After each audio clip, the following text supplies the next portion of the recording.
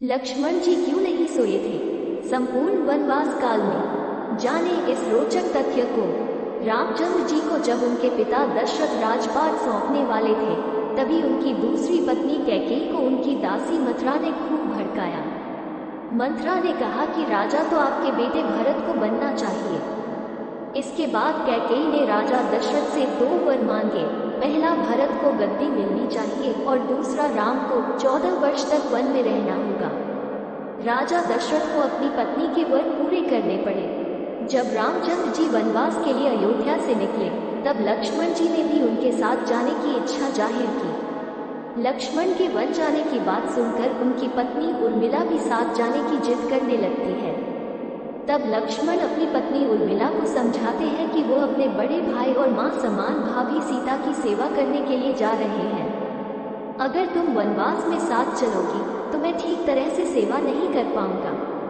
लक्ष्मण के सेवा भाव को देखकर उर्मिला साथ जाने की जिद छोड़ देती है और महल में ही रुक जाती है।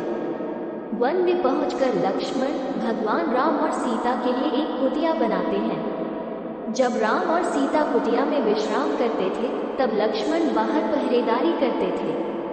वनवास के पहले दिन जब लक्ष्मण पहरेदारी कर रहे थे, तब उनके सामने निद्रा देवी प्रकट हुई। लक्ष्मण ने निद्रा देवी से वरदान मांगा कि वो 14 साल तक निद्रा मुक्त रहना चाहते हैं। निद्रा देवी ने कहा कि तुम्हारे हिस्से की नींद किसी और को लेनी होगी। लक्ष्मण कहते हैं कि उनके हिस्से की नींद उनकी पत्नी को दे दें।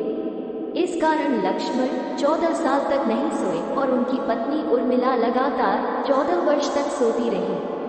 14 वर्ष बाद जब भगवान राम और माता सीता के साथ जब लक्ष्मण अयोध्या वापस आए, तब नींद की अवस्था में रामचंद्र जी के राजतिलक समारोह में उर्मिला भी उपस्थित थी। यह देख लक्ष्मण को हंसी आती है। जब लक्ष्मण से हंसी की वजह पूछी गई, तो उन्होंने निद्रा देवी के वरदान के बारे में सब कुछ बताया।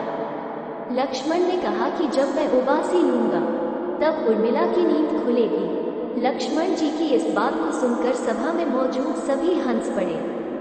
सभी को हंसते देख उर्मिला लज्जावश समारोह से उठकर बाहर चली जाती है।